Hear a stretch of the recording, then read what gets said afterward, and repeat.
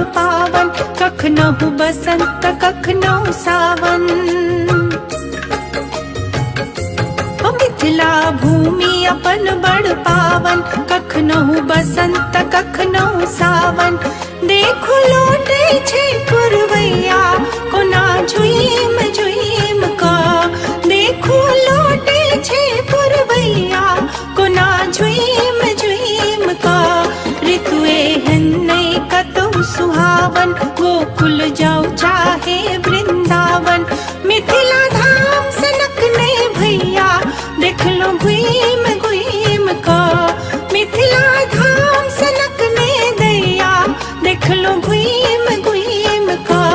मिथिला भूमि अपन बड़ पावन, कखनहु बसंत कखनहु सावन।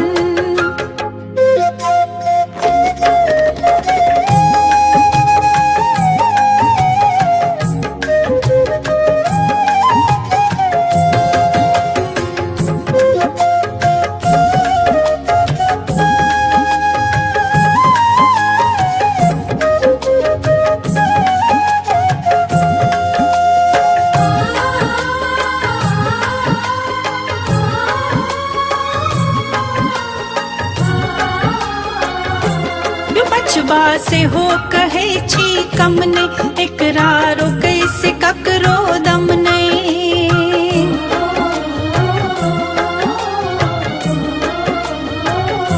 यो बचबा से हो कहे छी कम ने, इकरारो कैसे ककरो दम नहीं। जखने हुई छै ई असबार रही सकै नहीं कियो ठार। पीपर संग बरगद के जाय छै कोना दुइम दुइम का, पीपर संग बरगद के जाय छै कोना दुइम दुइम का। मिथिला भूमि अपन बड़ पावन, कखनहु बसंत कखनहु सावन।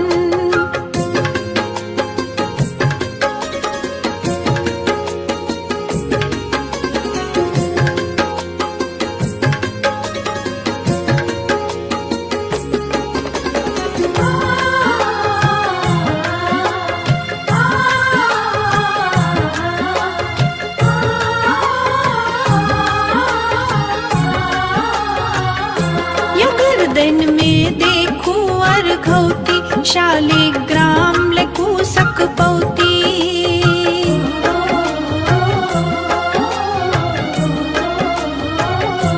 युगर दिन में देखू अर्घौती, शालिग्राम लेकू सकपौती। फूसक घर में मूजक जोर, मैथिल नारी पूजत गौर।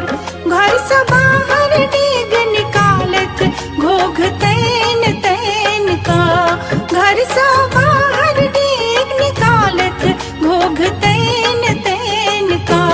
मिथिला भूमि अपन बड़ पावन, कखनहु बसंत कखनहु सावन।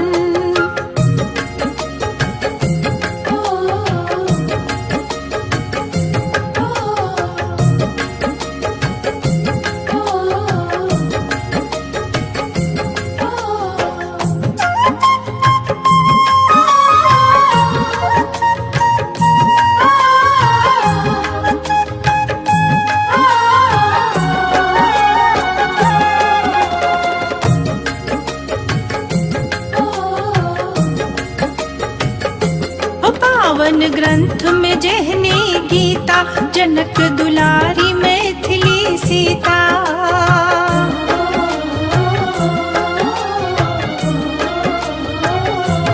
पावन ग्रंथ में जेहने गीता, जनक दुलारी मैथिली सीता। जनिक दुल्हा छथिन राम, दियर लक्ष्मण करन प्रणाम। कमला कोसी चरण पखारन, हिनक छुईम छुईम का। कमला कोसी चरण पखारन, हिनक छुईम छुईम का। मिथिला भूमि अपन बड़ पावन, कखनहु बसंत कखनहु सावन।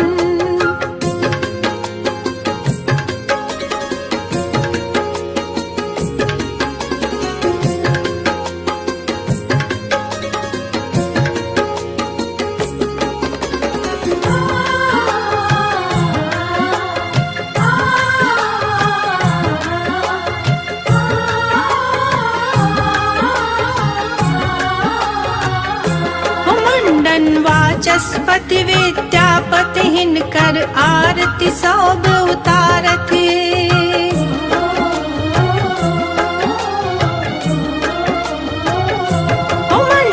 वाचस्पति विद्यापति हिनकर आरती सब उतारत।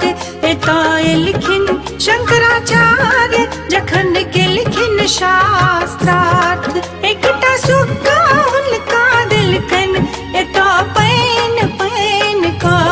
एकटा सुक्का हुनका दिलकन एतो पैन पैन का। मिथिला भूमि अपन बड़ पावन, कखनहु बसंत कखनहु सावन। देखो लौटे छे पुरवैया कोना झुइम झुइम का। देखो लौटे छे पुरवैया कोना झुइम झुइम का। ऋतु एहन नहीं कतहु सुहावन, गोकुल जाऊ चाहे वृंदावन। मिथिला धाम सनक ने भैया देख लो घुइम घुइम का। मिथिला धाम सनक ने दैया देख लो घुइम घुइम का। मिथिला भूमि अपन बड़ पावन, कखनहु बसंत कख